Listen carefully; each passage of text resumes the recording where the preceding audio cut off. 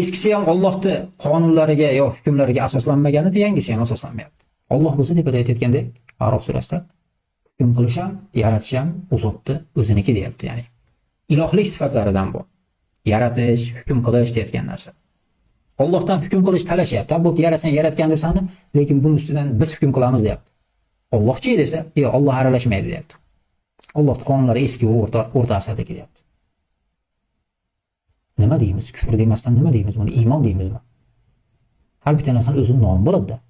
Xudoni aralashtirmasdan haydab o'radigan, Xudoni aytganini o'rniga uni olib tashlab, o'zini aytganini qo'yib oladigan qonunni nima deymiz? O'zi zo'r qonun Xudonikidan yaxshiroq qonun deymizmi? Nima deymiz? Bu kofir bo'ladi shunday degan odam, bilib turasiz. Xudonikidan yaxshi bo'lmaydi qonun.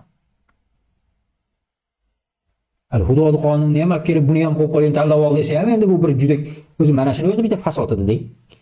Endi bular nima qilyapti desa, Xudonikiga o'rin ham bermayapti. Konstitutsiyada Xudoda aytayotgan qonunlarning birortasiga o'rin yo'q. Chunki boshida yozib ham qo'yganda bizning konstitutsiyamiz dindan olinmaydi, birorta dindan olmagan deb yozib ham qo'ygan konstitutsiya.